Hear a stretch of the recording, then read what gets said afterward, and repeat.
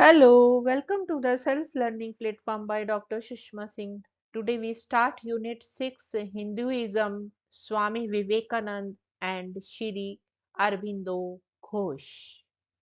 Let us have introduction about the unit. In 19th century, India came under the British rule. Due to the spread of modern education and growing public activities, there developed social awakening in India. The religion of Hindu was very harshly criticized by the Christian missionaries and the British historian. But at the same time, research carried out by the Orientalist scholars revealed to the world the glorious tradition of Hindu religion. The Hindu responded to this by initiating reforms in their religion and by establishing new public associations to spread their ideas of reform and social development among the people. They wanted to give new birth to Hinduism. The process of renaissance of Hinduism started with Rajaram Mohan Roy, and it was further developed by the Arya Samaj of Swami Vivekanand, the Pratna Samaj, and Satyodhak Samaj of Jyotiba Phule.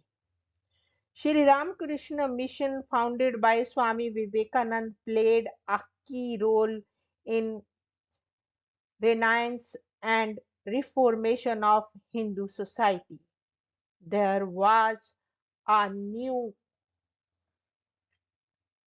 interpretation of Vedic philosophy, and Swami Vivekanand and Sri Aurobindo Ghosh were two major interpreters of Neo Vedic philosophy.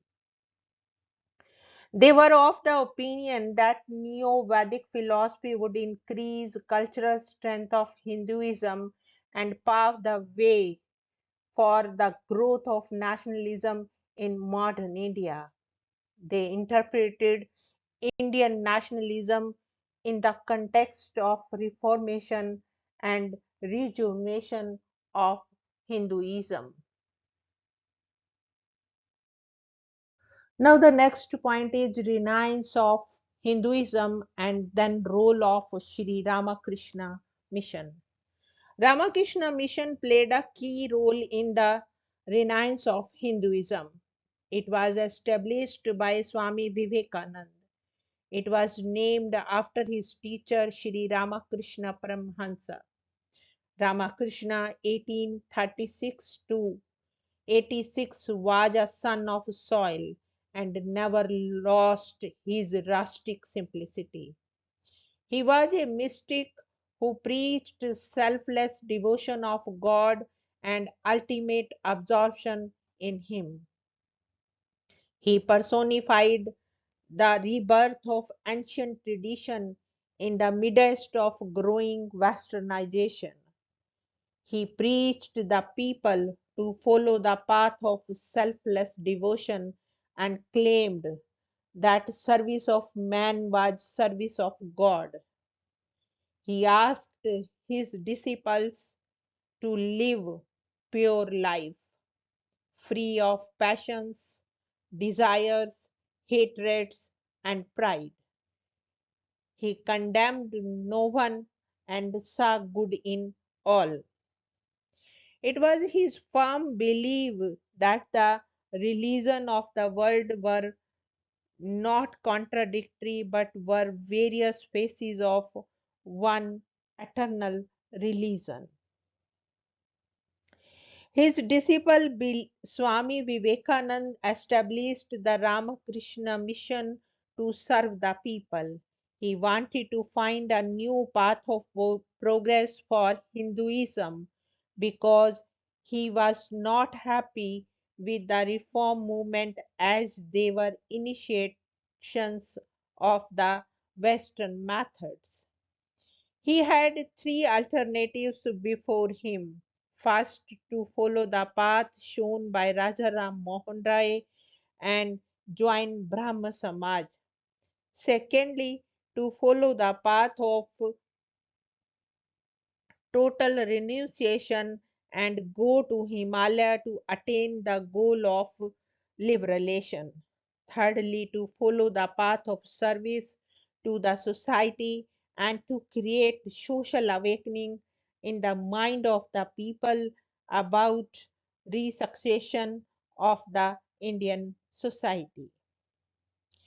Vivekanand chose the third path and told the Indian to see Narayana in the form of poor beggar dying of starvation. Thus, for Vivekanand, the Ramakrishna mission should stand for selfless service of the people, ceaseless efforts to find truth, and thereby for reawakening of the spirit of the India.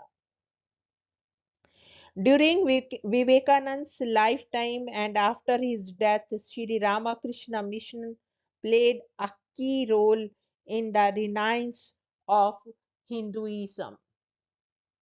Now, the next point is Swami Vivekanand's philosophy of Neo Vedanta. Vivekanand philosophy was one of the most important ancient philosophies of India, which believed that God alone was real and the visible world was unreal, and the absorption of individual soul in the one supreme soul was the goal of every human being. That was called liberation, and it could be achieved with the help of true knowledge. Ram Mohan Roy was a supporter of non dualistic monism. He expounded the concept of fatherhood of God and the brotherhood of man. But Vivekanand followed the Vedanta preached by his teacher, which was rooted in the traditional Indian wisdom of Bhakti tradition. He did not believe in the path of renunciation and asked people to perform their duties in the spirit of selflessness. There was three important principles of Neo Vedanta philosophy of Vivekanand. They were as follows. Vedanta believed in the oneness between God and man and the solidarity of universe. Second, it did not stand for a life of renunciation but stood for selfless action in the service of humanity. Hence, service of man should be considered as service of God. It propagated the principle of universal tolerance and believed that different religions, faiths were different paths to reach the goal of liberation. Thus, Swami Vivekananda's Neo Vedantic philosophy stood for service, sacrifice, and freedom. It did not want the Neo Vedantism to remain inactive but to work for the awakening of the masses. He wanted young Indians to dedicate themselves in the course of resurgence of India.